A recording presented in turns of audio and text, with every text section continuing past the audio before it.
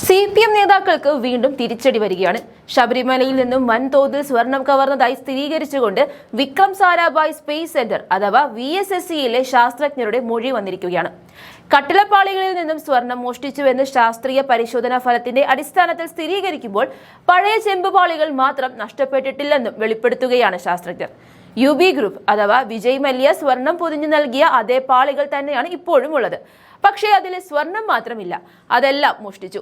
അതായത് അറ്റകുറ്റപ്പണികൾക്ക് ശേഷം ഈ യഥാർത്ഥ പാളികൾ തന്നെയാണ് ഉണ്ണികൃഷ്ണൻ പോറ്റിയും സംഘവും തിരികെ എത്തിച്ചത്.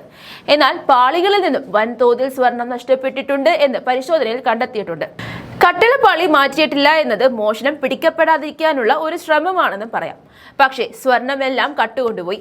അറ്റകുറ്റപ്പണികൾക്കായി കട്ടിളപ്പാളി കൊണ്ടുപോയ ഉണ്ണികൃഷ്ണൻ പോറ്റി മറ്റൊരു പാളിയാണോ തിരികെ കൊണ്ടുവന്നതെന്ന സംശയം ഈ മൊഴിയോടെ ഇല്ലാതായി. എന്നാൽ പാളികളിലുണ്ടായ രാസഘടനാ മാറ്റം പരിശോധനയിൽ വ്യക്തമാണ്.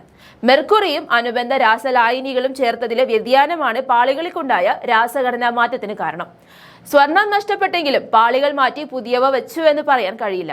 ഈ അന്തിമ റിപ്പോർട്ട് പ്രത്യേക അന്വേഷണ സംഘം ഉടൻ ഹൈക്കോടതിയിൽ സമർപ്പിക്കുകയാണ്. ശബരിമലയിലെ ദ്വാരപാലക ശില്പം, കട്ടിളപ്പാളി എന്നിവയിൽ പൊതിഞ്ഞ സ്വർണത്തിൽ വ്യത്യാസം വന്നുവെന്നാണ് VSSC റിപ്പോർട്ടിലുള്ളത്.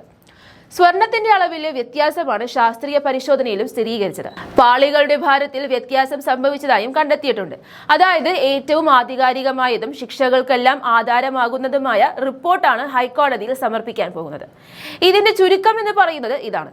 ഒന്നാം പിണറായി സർക്കാർ വന്നു. 2017 പുതിയ ദേവസ്വം ഭരണം ഏറ്റെടുത്ത് പ്രസിഡന്റായി പത്മകുമാർ വന്നതു മുതൽ സർക്കാർ തലത്തിൽ തന്നെ മോഷണത്തിനുള്ള നീക്കം ആരംഭിച്ചിരുന്നുവെന്ന് വ്യക്തമാക്കുന്നു. അന്നുവരെ ഇതെല്ലാം നോക്കി വച്ചിരുന്ന ഉണ്ണികൃഷ്ണൻ പോറ്റി പത്മകുമാറിന്റെ നിർദ്ദേശപ്രകാരം അതിനേക്കാളും ഉന്നതരുടെ അറിവോടെ ഉദ്യോഗസ്ഥരുടെ എല്ലാം സഹായത്തോടെയാണ് ഈ മോഷണ കുംഭകോണത്തിന് തുടക്കം കുറിച്ചത്. ഇത് മന്ത്രിതലത്തിൽ നിന്നും വരെയുള്ള അറിവിന്റെ അടിസ്ഥാനത്തിൽ തന്നെയാണ് മോഷണം. അത് വെളുപ്പിക്കാനും കപട അയ്യപ്പ സ്നേഹം കാണിക്കാനും പമ്പയുടെ മണൽപ്പരപ്പിൽ അയ്യപ്പ സംഗമം നാടകം കളിച്ചതോടെ സാക്ഷാൽ അയ്യപ്പൻ തന്നെ എല്ലാ കള്ളന്മാരെയും പിടിച്ച് അകത്തിട്ടു എന്ന് തന്നെ പറയാം.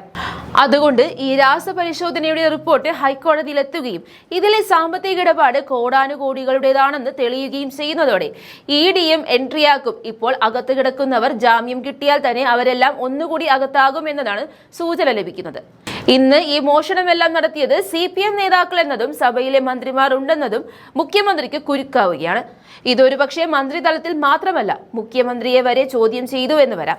അതാണ് ഇപ്പോഴത്തെ ശബരിമലയിലെ അവസ്ഥ.